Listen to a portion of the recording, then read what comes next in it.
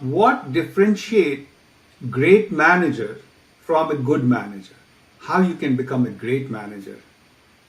Okay, so I mean, so great managers from good managers. I think that there's a lot of different management styles that work, and they can basically all be great. So in my view, I saw some very, I had people report up to me that grew to be leaders, managers, basically, and they had very different styles, and they all kind of worked. Basically, I saw people with a very strict style that were, things had to be done a certain way. If they weren't done a certain way, they would get upset. And then I saw people that had a very friendly style, like very loose, but both had very effective,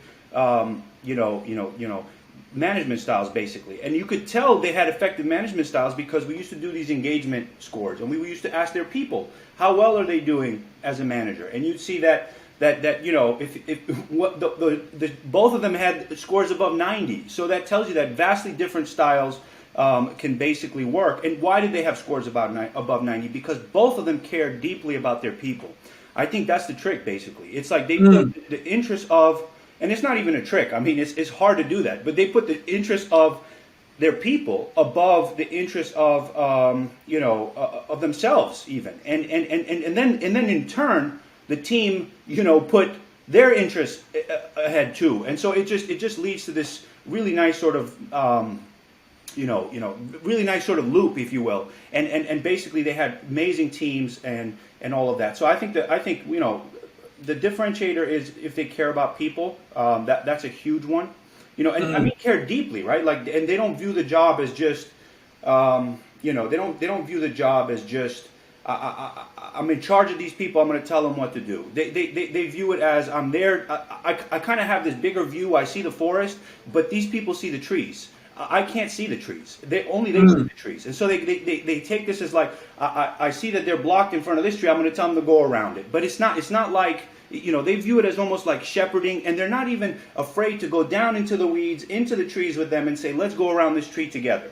And I think that's a huge thing. I mean, not to harp on this, but we're kind of seeing it right now play out in the global stage. I mean, this in Ukraine, what's going on? That guy, the president of Ukraine. I mean, he's still in the city, right? He's still in the trenches with his people. And I mean, that works at the highest level, and even as a mid-level manager, it always works. And anybody that takes the attitude that I'm like this ivory tower leader, and basically I'm just there to tell people what to do, is going to fail. They're going to be a bad manager. And so I really think it's either you're a bad manager or you're going to be pretty good, because you're going to care about people. You're going to be on the ground with them when you need to be, right? And then you could also see you could also see the forest and guide them, and you could shepherd them along, and you don't view it as So I don't know if that kind of answers your question, but okay. No, I get your point. I think the salient point that's coming across is that you have to really care for your own people.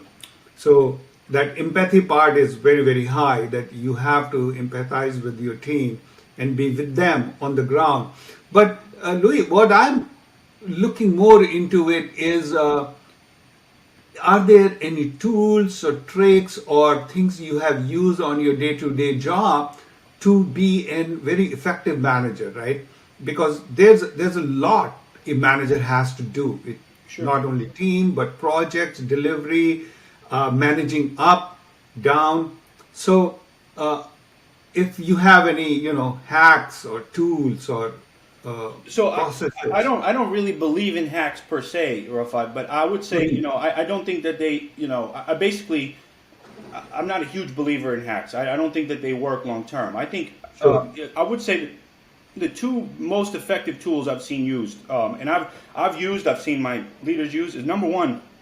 I think we talked a little bit last time on this, but basically it's this idea of having your core values, your principles spelled out, understanding what you stand for first and foremost. Again, it might sound cliche, but incredibly important, because that will lead you to consistency as a leader. That will lead you to make consistent decisions. When you have an even hand and you make consistent decisions, people see that you're not like some crazy person, right? It's very Right. important. And so having those principles written down, understanding them, and basically living them, and making sure that people understand that you will not bend on those things, I think that's super important.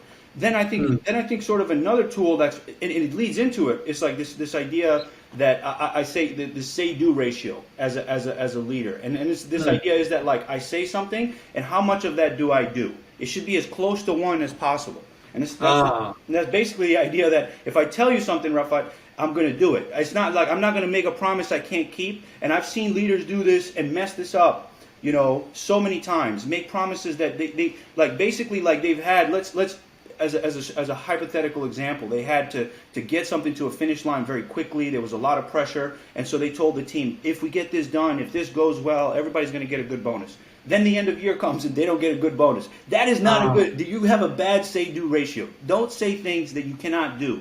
And that's so important, right? To keep that as close to 1 as possible. And basically, it ties back to the core stuff. But I'd say there's frameworks like that, and just making sure that you stick to them, basically. Right. Okay. Cool. So